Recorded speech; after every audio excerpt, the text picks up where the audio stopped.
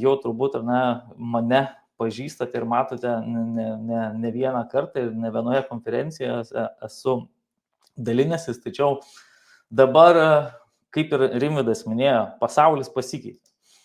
Tai per pastarosius 12 mėnesių pasaulis keitėsi daug greičiau nei per 10 metų iki tol. Dalis jūsų turbūt jau žaidėsi su ChatGPT ir panašiais įrankiais ir dalis iš jūsų galvoja, kad tai čia ir esat girdėję, dirbtinis intelektas yra ateitis.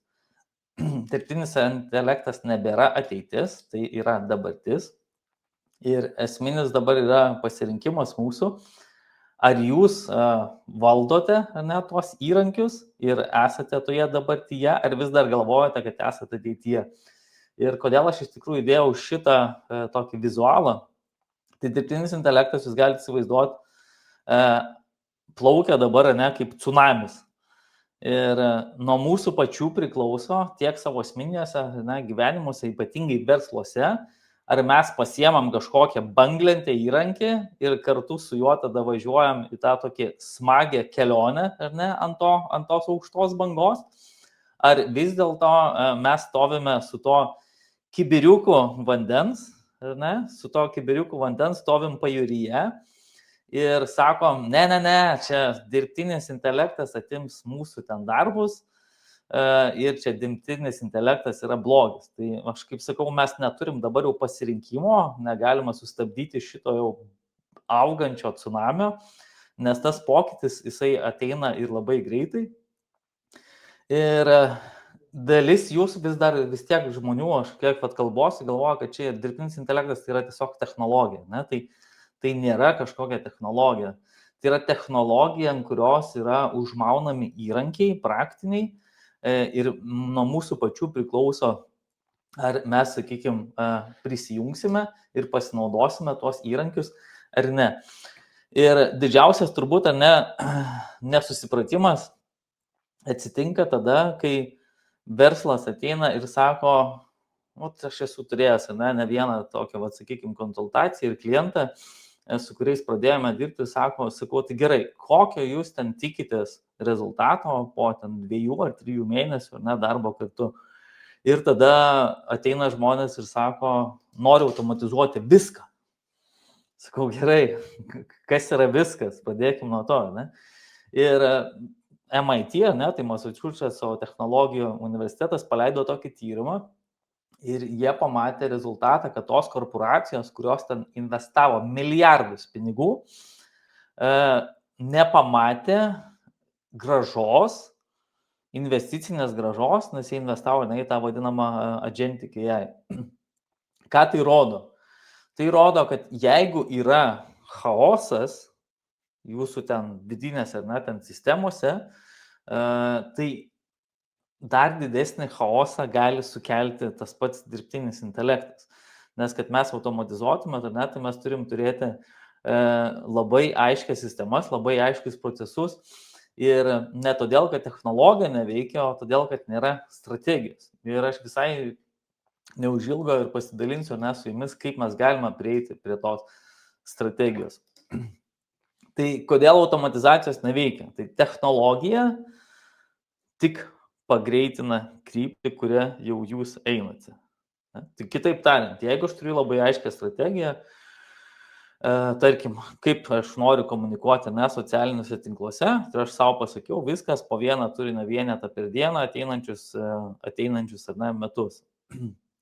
Tai reiškia, kad aš turiu turėti strategiją, nes jeigu aš tai prabėgom, chaosiškai, pradėsiu kelti turinį, tai kuom viskas pasibaigs, aš užmausiu ten dirbtinį intelektą, jisai nežinos, kada man ten įkelti, kokį ten tekstą rašyti, nes tarkim, aš neturiu strategijos, ką aš noriu komunikuoti. Tai natūralu, kad mes tokių šiukšlių prileisime tą socialinę mediją, kurios net neš to rezultato, kurio mes tikimės, nes jeigu kryptis neteisinga, tai, sakykime, atsimušite daug greičiau sieną. Ir matau, kad čia Agrobitė rašo, Mažvydai nedovanos esmė turinys, tai aš tikiu, kad šitas turinys tikrai turėtų padėti jums susimastyti, kad Jeigu nenaudojate, tai pradėti naudoti tikslingai, jeigu naudojate, tai peržiūrėti dar kartelį jūsų strategiją, kur aš ir pasidalinsiu tam tikrą struktūrą, sistemą, kaip galite persižiūrėti savo dirbtinio intelekto įdarbinimo versle strategiją. Tai jeigu mes kalbam apie dirbtinio intelekto panaudojimą versle, tai svarbiausia yra keli dalykai. Tai žmogus kuria sistemą. Tai jis labai aiškiai įsiaiškina, tai ką aš noriu automatizuoti, kaip turėtų atrodyti tas sakykime, sisteminis procesas, tas vadinamas workflow, kad ir šiandien turėjau konsultaciją su kliente ir jinai sako, aš turiu ten valymo verslą ir sakau, tai gerai, o kokie būtų jūsų tikslai, ką norėtumėt pasiekti per ateinančius 2-3 mėnesius, ką mes galime automatizuoti. Sako, būtų šiaip gerai suras daugiau darbuotojų, būtų šiaip gerai pradėti praplėsti dar labiau verslą, bet trūksta darbuotojų. Tai sakau, gerai, ar mes turim labai aiškų procesą, kaip atrodo, tarkim, jūsų tas darbuotojų paieškos procesas. Kaip ir turiu galvoj, gerai, sakau, super, jeigu turim galvoj, tai čia jau yra daug, nes būna taip, kad sako, nežinau, neįsivaizduoju, totalus chaosas. Gerai, tai sakau, jeigu mes norėtume automatizuoti tą paiešką, tai mes galim, sakykime, automatizuoti tą paiešką. Antras dalykas yra, kokie yra tie vadinami prieš darbuotojo starto žingsniai, pre-hire procesas vadinamas. Po to yra tas tam tikras vadinamas, procesas join, remove, leave. Tai tas žmogus, kuris prisijungia, kuris ten juda organizacijos viduje ir tada yra išėjimo procesas. Dar vienas procesas, kurį reikia suprasti irgi, tai yra to pačio klientų aptarnavimo procesas, kaip yra tas vadinamas kliento life cyclas, gyvavimo ciklas. Tai nuo to momento, kada jis tampa klientu, kokie yra ten žingsniai. Nes jis sako, aš noriu atsitraukti nuo savo verslo, ir noriu šiek tiek daugiau laisvės. Aš kaip ir sakiau, mano tokia misija yra padėti žmonėms suprasti, kaip dirbtinis intelektas gali atnešti daugiau laisvo laiko jums svarbiausiam dalykam. Ar ten su klientais bendrauti, ar keliauti, ar su šeima draugauti, leisti daugiau laiko. Tai čia yra labai aiškus sisteminis procesas. Tai žmogus yra svarbiausias šioje visoje sistemoje, o ne dirbtinis intelektas. Tai jeigu iš jūsų pusės būtų kažkokių klausimų, tai jūs drąsiai rašykite, aš tą noriu greit prasibėgti per skaidres ir tada mes ir su Tomu, ir su Rimvydu kartu praeisim per jūsų klausimus, galėsim ir kartu padiskutuoti ir atsakyti juos. Tai aš kaip ir minėjau, pasidalinsiu strateginių žemėlapių. Tai jeigu, tarkim, jūs sėdite ir galvojat, norėčiau savo versle automatizuoti kažkokį tais procesą, nežinau, sąskaitų išsiuntimą ten buhalterijai, posto ten kelimą į Facebooką, nežinau, Reels sukūrimą ar dar kažką, kad ir kas tai bebūtų, Tai tada jūs turite savo atsakyti, ar tas žingsnis, ar tas procesas, kurį jūs norėtume automatizuoti, kuria vertę, Tai reiškia, bet kokiu atveju, ta automatizacija, kad jūs nuspręsite ją padaryti, nuo to sprendimo, kai jūs nusprendėte, atims iš jūsų kažkiek resursų, atims galbūt tam pinigų, nes reikės įsigyti kažkokią ten sistemą, reikės investuoti savo laiko į tą proceso uždokumentavimą. Tai reiškia, kad jūs galite pasirinkti, ką norėtumėte automatizuoti, tarkim, yra 3-5 kažkokios atsikartojančios veiklos, nežinau. Teksto rašymas, ten Reelso kūrimas, skripto kūrimas, to pačio turinio kėlimas, šeimų tą tokį klasikinį, apie ką žmonės galvoja. Tada jūsų sekantis žingsnis, kuris investuojat savo laiką ir resursus, yra pritaikyti dirbtinį intelektą tik ten, kur galite išmatuoti rezultatą. Nes kaip ir minėjau, jeigu yra nematuojamas, sakykime, tam tikri rodikliai, tai sunku bus tada pamatuoti jums tą investicinę grąžą. Jeigu jūs tiesiog žinot, kad, tarkim, atima, aš toks yra toks angliškas terminas guesstimate, ne? Tai spėju, kiek tai man užtrunka. Ne? Tai jeigu jūs tiesiog savo tą viduje žinote, kad maždaug tiek užtrunka, bet nori sutaupyti tiesiog, viskas tvarkoj, einam tada toliau. Integracija, sujungėt vieną į ekosistemą.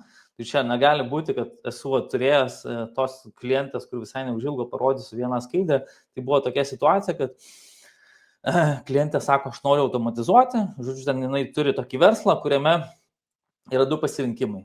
Žmogus įsigyja per, sakykime, pas juos ten tam tikrą filtrą ir po 6 mėnesių tą filtrą reikia pakeisti. Ne? Tai kad tą filtrą pakeisti yra du pasirinkimai, kaip žmogus gali pakeisti tą filtrą. Pirmas, tai yra pats žmogus gauna filtrą namuose ir pats įsideda, ne, įsidegia, pasikeičia tą filtrą. Antras pasirinkimas, meistras atvažiuoja ir sakykime, tą filtrą tada pakeičiau meistras. Ir prie kokios mes priėjome, sakykime, situacijos, mes paėmėm, braižėm tokią visą, sakykime, sistemą, kaip pas ją, tarkim, ateina klientai. Ne? Tai pas ją ateina klientai vienu būdu, antru būdu, trečiu būdu. Gerai, sako, o tai kaip tada ateina užsakymai? Jis sako, užsakymai ateina skambučiu, užsakymai ateina elektroniniu paštu ir užsakymai ateina dar per e-shopą. Ir prie ko mes priėjom? Mes priėjom prie tos išvados, kad yra dvi vietos, kur ateina visi užsakymai. Ir jeigu mes norim automatizuoti tą procesą, kad žodžiu, išskirstyti, kada reikia meistrui važiuoti, o kada automatiškai siunčiame yra komunikacija žmogui, kad viskas, pasikeičiam filtrą, mes neturim vienos duomenų sistemos. Tai prie to labai dažnai ir prieina, kad pradžioje reikia turėti vieningą sistemą, iš kur mes paimam duomenis, kad galėtume tada automatizuoti, testuoti, mokyti savo dirbtinį intelektą iš realių duomenų ir tada jis teiktų mums dar didesnę grąžą. Tai galiu duoti šitą pavyzdį, aš jau savo ChatGPT projektu dirbu daug, esu ten krūvas metodinės informacijos sumaitinęs, daug ir komunikacijos ir šita visa tema dirbtinį intelektą su daug bendravęs. Ir šitą tokią prezentaciją man seniau būtų užtrukę paruošti, nežinau, turbūt kokias minimum 2, gal net 3 valandas. Ir šitą prezentaciją aš paruošiau per 20 minučių. Todėl, kad jau yra apmokytas mano tas pats ChatGPT projektas. Tai aš kaip ir minėjau, su to, sakykime, kliento situacija, kaip viskas atrodė, atėjo vieninga duomenų bazė. Tai yra jau, kai mes apjungiam, jinai turi vieną tą vadinamą CRM, kuris sukrenta visi užsakymai. Ir tada ateina sprendimas, iš tos duomenų bazės yra nuskaitomas esminis langelis, klausimas, ne? Tai ar pats žmogus pasikeis filtrą, ar tada pasivažiuoja meistras. Ir jeigu pats žmogus pasikeičia, sakykime, filtrą, tai tada žmogui išsiunčia filtro pakeitimo komunikaciją, kada daugmaž instrukcijos visos, kada daugmaž ateis, sakykime, tas pats pristatymas, automatiškai duomenų bazė yra atnaujinama, tas filtro keitimo data ir tuomet yra pažymė sekanti filtro keitimo data, kada jau sekanti kartą reikėtų. Analogiškai yra, ta prasme, lygiai taip pat su meistru. Tai meistrui yra įsiunčiama informacija ir tada automatiškai duomenys yra atnaujinami. Tai jau kai yra procesas labai aiškus, sudėliotas tas tokie workflow žingsniukai, tai tada galima ir daryti kažkokias pakeitimus. Ne? Ir dabar viena gal irgi tokia žinutė, apie ką daug kas iš mūsų nesusimastom. Nes aš pats, sakykime, kai pradėjau, ten mes pirmą turbūt virtuozo dirbtinio intelekto konferenciją darėm 23 metais, kur ten ChatGPT dar veikia taip geriau negu be nieko, bet dar tikrai netobulai. Ne? Ir tada visi, aš kaip ir pastebiu, mano irgi, pavyzdžiui, teta, gal net žiūri šitą transliaciją, aš matau, kad jinai, moteris jau, sakykime, pensijoje, bet jinai vis tiek, ten įkelia kažkokią nuotrauką savo, ten skrenda, ten tsunamis, ten jūra, žodžiu, ar panašiai, jinai vis tiek žaidžia ir testuoja. Bet aš matau, kad ir žmonės, kurie atrodo tikrai gan jauni, gan imlūs ir turėtų kur automatizuoti savo tos įrankius panaudoti, įdarbinti tą patį ir net dirbtinį intelektą, jie vis dar yra to žaidimo stadijai.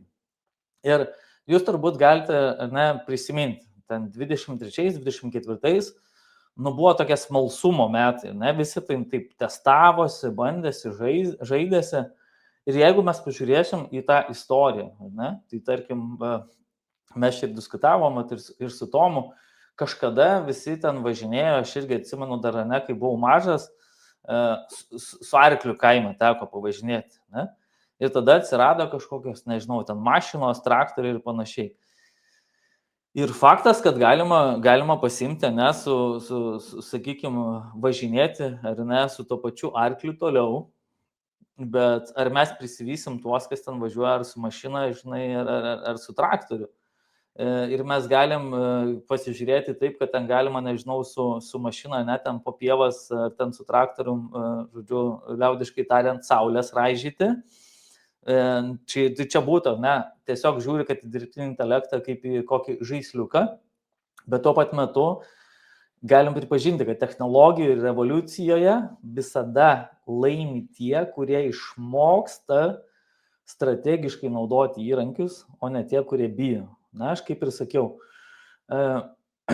galima bijoti to pačio dirbtinio intelekto ir čia aš irgi galėčiau pradėti jums pasakoti, ką ten sakė, ten Google buvęs jau, kokie mūsų laikotarpiai laukia ir panašiai, bet netgi ir jisai savo esminėse žinutėse ir paminėjo, kad vienas iš tų esminių punktų yra pradėkit naudoti, įdarbinkit ir gebėkit, nes tik taip galima pereiti per tą evoliuciją ir pasipelnyti, bet čia pasipelnyti iš tos pusės, kad, nežinau, išlaikyti savo verslą, išlaikyti ten savo darbą, bet ir elementariai tie, kas, sakykime, galvoja, kad įdarbinti dirbtinį intelektą nieko nereiks daryti, tai nesam dar toje stadijoje, bet tikrai savo mažingumą versle galima gerokai pasiderinti.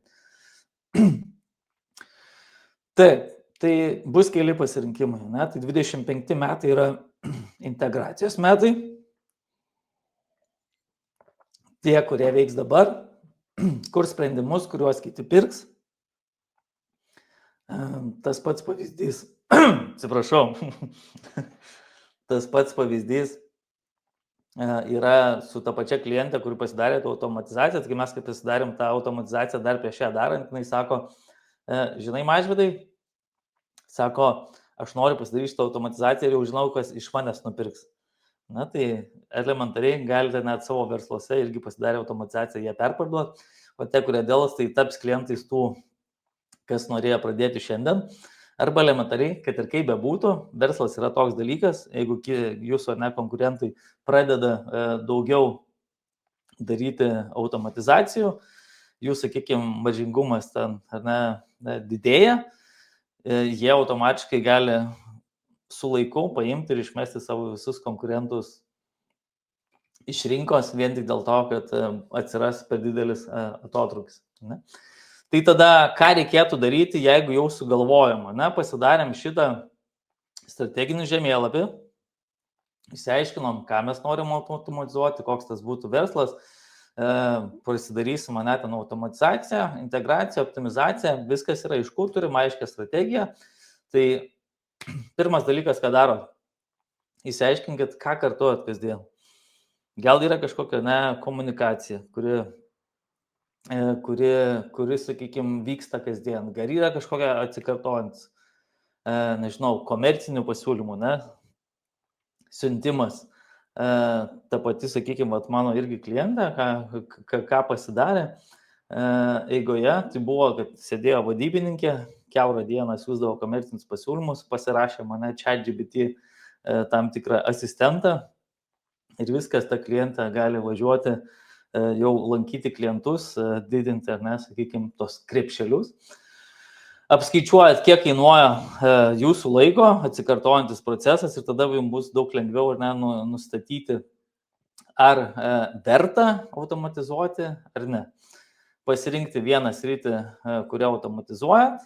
Pavyzdžiui, tas buvo pasiūlymų siuntimas, klientų atsakymai. naudojat, nežinau, ChatGPT, automatizacijos kažkokius įrankius, startui užtenka tikrai to. Ir kiekvieną savaitę žiūrit, ką šita automatizacija, kiek sulaikė laiko ir faktas, kad turėtų būti nuolatinis tobulinimas. Tai sėkmingos automatizacijos yra, kaip jau ir minėjome, 3 kertiniai elementai. Tai aiški strategija, įrankis, kuris iš principo atlieka tą pačią integraciją, tada rezultatas, iš principo tai yra nuolatinis tobulinimas, žiūrėjimas, stebėjimas ir ugdymas. Ir bet kokiu atveju, jeigu mes dabar žiūrim į ateitį, tai situacija yra tokia, kad šita dirbtinio intelekto banga, galima sakyti, kaip panašiai yra kaip interneto pradžia. Ir tie, kurie išmoks įvaldyti per ateinančius, nežinau, 3, turbūt 5 metus, tai uždirbs ir liks turbūt ilgiau kartais toje pačioje, sakykime, rinkoje, negu tie, kas nedarys. Ir dirbtinis intelektas neturi pakeisti žmogaus, jis turi išlaisvinti žmogų, kokia yra mano irgi esminė žinutė ir misija. Ir jeigu dar kažkas galvojate, svajojate iki šito webinaro, čia reikėtų kažką pradėti daryti, reikėtų ten automatizuoti, integruoti, ar bent jau bandyti imti tuos pirmosius žingsnius, naudoti kasdien tos pačius dirbtinio intelekto įrankius, tai mano kvietimas būtų pradėti daryti dabar, nes jau ir turite labai aiškius žingsnius, ką daryti.